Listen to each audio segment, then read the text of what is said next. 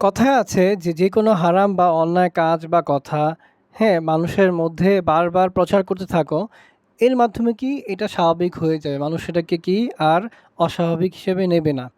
তো ঠিক আজকে আমরা আমাদের যে পয়েন্টটা সেটা হচ্ছে যে, আমরা তাদাব্বুর মাধ্যমে আমাদের কনসিয়াস মাইন্ডটাকে কি আ ব্যবহার করব, হ্যাঁ?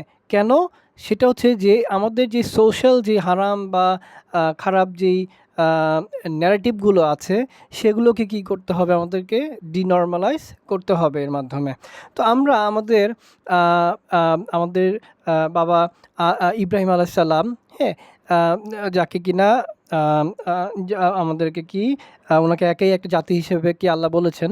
তো তার একটা ঘটনা যদি আমরা স্মরণ করি সেটা হচ্ছে কি যে ইব্রাহিম আলাইহিস সালাম তার সমাজে, হ্যাঁ?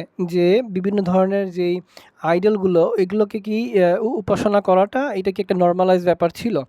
তো সব মানুষ কিন্তু এটাই করতেন। অনেকটা ওই যে আমরা যখন শুনি যে চিলে কান নিয়ে গিয়েছে, তো মানুষ কি চিলের পিছনে দৌড়ানো শুরু করে কারণ কানটাকে চেক করে না।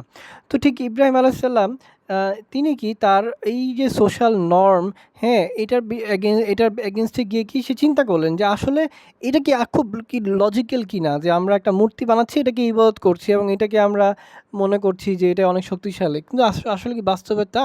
এই মূর্তিটাকে আমরা নিজের হাতে তৈরি করেছি।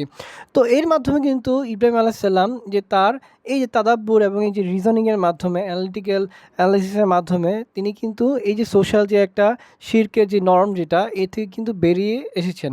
তো ঠিক একইভাবে আমরা আমাদের কি করতে হবে যে আমরা আমাদের সমাজে অনেক হারাম অন্যায় কাজগুলোকে স্বাভাবিক হিসেবে নেই। কারণ কি? যে এই জিনিসগুলো আমাদের সাবকন্সিয়াস মাইন্ডে চলে আসছে। যে এবং আমরা মানুষ হিসাবে আমরা সাবকনশিয়াস মাইন্ড বা মাসল মেমোরিতে আমাদের চলাটা কি সহজ। আমাদের কি করতে কষ্ট করতে হয় না। কিন্তু আমাদের সমাজে যখন হারাম কাজগুলো সাবকনশিয়াস মাইন্ডে চলে আসবে এবং এটাকে আমরা কিভাবে ডিনরমালাইজ করব, এটা করার অন্যতম উপায় হচ্ছে যে কোরআন তাদাব্বুরের মাধ্যমে আমাদের ব্রেইনকে এই যে কনসিয়াসলিকে ইনফরমেশনটা দেয়া যে না, এই কাজগুলো অন্যায়, এই কাজগুলো কি হারাম, এগুলো করা যাবে না, হ্যাঁ? তো এটা করলে আমি দেখব যে আমি এরকম অনেক অন্যায় কাজে কি জড়িয়ে আছি, যেটা কিনা আমার কাছে মনে হচ্ছে এটা একটা স্বাভাবিক ব্যাপার। কিন্তু কোরআন যখন আমি কনসিয়াসলি তাদাব্বুর করব, তখন কিন্তু আমি এই জিনিসটাকে অনুধাবন করব যে না, এই কাজটা কি অন্যায় বা হারাম, এটা কি আমার করা যাবে না।